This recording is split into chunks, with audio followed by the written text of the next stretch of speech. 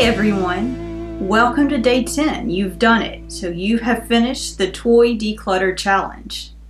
The last thing I wanted to talk about today was you've gotten rid of all the toys you don't need, right? So you put a lot of work into that.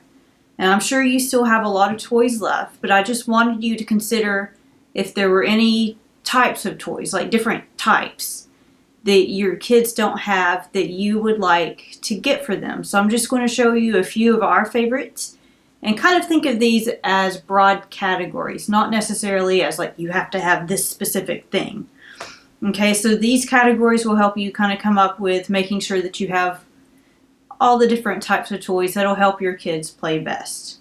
Dolls are good, right? Okay, so whether or not you have a boy or a girl or both, they all need dolls. So dolls, someone, you can cuddle with, you can talk to, you can imagine into. So dolls really help with, building empathy and building social skills. Again, whether you have a boy or a girl. So I looked around, it's a little bit harder to find a doll that looks like a little boy. And I wanted one that my son could identify with when he turned 1. So I went online, I found him. I'll give you a link to where I found this little guy because I liked him and he was relatively inexpensive too. Okay, so something that rolls, right? So it's nice to have little cars. Kids love to, roll these around. Whether you have little Hot Wheels, once they're older, or something like this. This is nice because when they're small, this is kind of squishy, so it's easy for them to hold, and it has all these little holes here. There's lots of really sweet looking little wooden cars that kids might like that again have a nice grip area for them. So something that they can roll around. And of course blocks. Right, so blocks are fun. We all play with blocks as a kid. I don't have much to stack these on. But they've done studies. If you want your kid to grow and learn what they need to learn, academically, if you want them to be prepared for school eventually, you don't give them flashcards. Don't give them stuff that teaches them the ABCs or that teaches them how to count or whatever. Give them blocks. Building with blocks, actually, that's a mathematical thing. I mean, that's engineering, right? That's the beginning of it. So this is going to build your kids, better than anything else pretty much. And it's just fun. That's the main thing. We talk about, getting kids ready for kindergarten or getting them ready to, make sure that they go to the top college or whatever. But really, playing is about fun. So next I have several little characters. So these are little people actually that I made. Of course you can find the little plastic ones and they're cute. There's nothing wrong with them. But I like these. So I went to a craft store and I got a package of these. There's 8. There's a little yellow guy somewhere that he's off on an adventure right now. I'm sure he'll turn up sometime. But I got a pack of 8 of these and I got several acrylic colors and I just painted their little bodies. I painted a little cap on them. I didn't put a face on, partially because, it's kind of easy to screw up a face. And I didn't want that kind of pressure. And partially because that way my kids could think of something, could put emotions on them without there being like a face that opposes it. If we're pretending this little guy is sad right now but he has a big smile on his face, of course that doesn't stop kids, but I just like the idea of letting them be expressionless. You do whatever works for you. You go to Pinterest and I've seen where people buy these and people work really hard painting these and they add hair and they do all this stuff and they're gorgeous, and I didn't have time.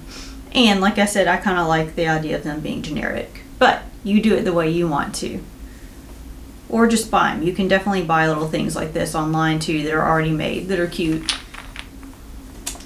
So something else that I really love that my kids also really love are these. I don't know if block's the right word, but they're called magnetiles. So this is like a generic version of magnetiles, I think, that I found, that were found at either Target or Walmart. But each edge has a magnet, and so they can stick together and you can build stuff. So you can either build things flat or you can make three-dimensional objects. So we've just got some squares and some triangles that you can do all sorts of stuff with. And they're a lot of fun. My kids love these. So I think we have 24 of them. I'll be honest, for 2 kids, 24 of these tiles is just enough for them to argue about. I'm planning on getting some more for Christmas. And I've seen some that actually are translucent. So like if you had a light table, light would shine up through them. And they look really pretty. I'd love to get that too, but you know, we'll get there. Okay, so finally, this last thing, you know, everything that I've been showing you so far has been pretty economical, especially like the do-it-yourself little people that I made. This is a bit more of an investment piece, but I really love it.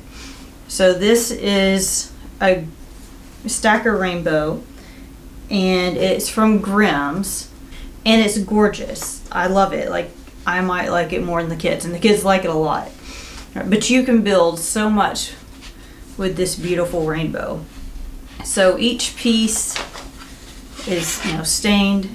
They're really sturdy, and a lot of times whenever I'm making straws, especially for the little people that I just showed you, I use that stacker to do it. So you can see that I've laid out a little, you know, home, a complex, I don't know, something for those little people to live in.